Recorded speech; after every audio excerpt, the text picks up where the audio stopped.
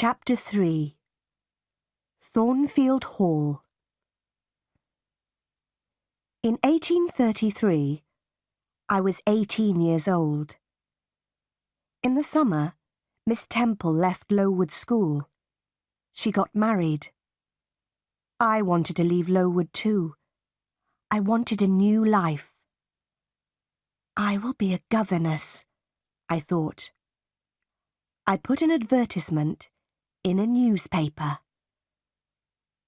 October 1833. Lowood. A young woman wants to teach 1 or 2 children in their home.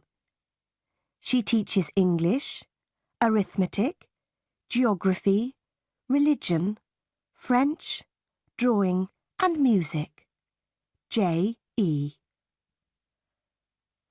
I had a reply to my advertisement. The reply was from Mrs. Fairfax of Thornfield Hall near Millcote. Millcote was about 70 miles from Lowood School. Mrs. Fairfax wanted a governess for a little girl. I wrote to Mrs. Fairfax immediately.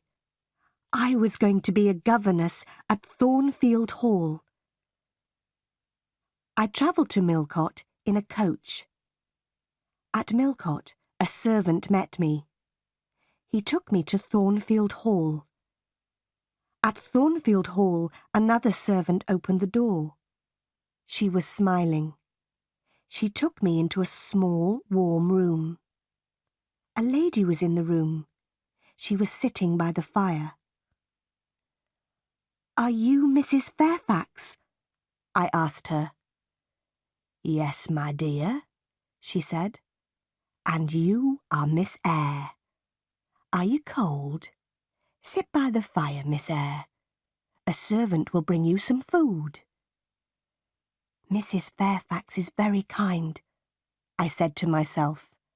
"I will be happy here." "Will I see Miss Fairfax tonight?" I asked. Mrs. Fairfax looked at me.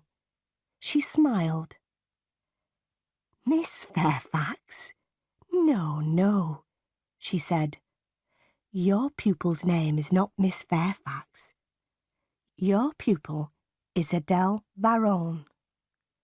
Adele's mother was a Frenchwoman. Adele is Mr. Rochester's ward. He takes care of her. "Mr. Rochester? Who is Mr. Rochester?" I asked. "Mr. Edward Rochester is the owner of Thornfield Hall," Mrs. Fairfax said. "I am his housekeeper. I take care of Thornfield Hall. Mr. Rochester is not here now. He does not like this house. He is often away from home." I was very tired. Mrs. Fairfax took me up the wide stairs. She took me to my room. I went to bed immediately, and I slept well. The next morning, I woke early. The sun was shining. I put on a plain black dress. I opened my bedroom door. I walked along a corridor and down the wide stairs. I walked out into the sunny garden. I turned, and I looked up at my new home. Thornfield Hall was a beautiful house with many large windows. The garden was beautiful too. After a few minutes, Mrs. Fairfax came into the garden.